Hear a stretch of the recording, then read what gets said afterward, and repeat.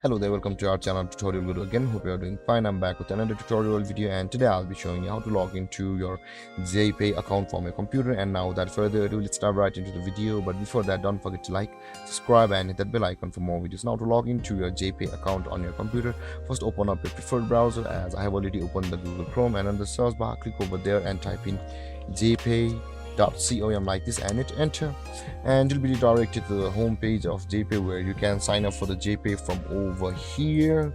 But we're going to log into our JPay account. So after the page loads, on the top right corner of our screen you can see the login option available over here.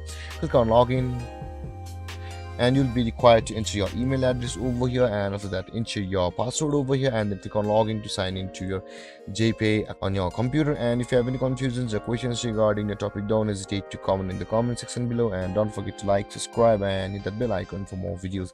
Thank you for watching, guys. Peace.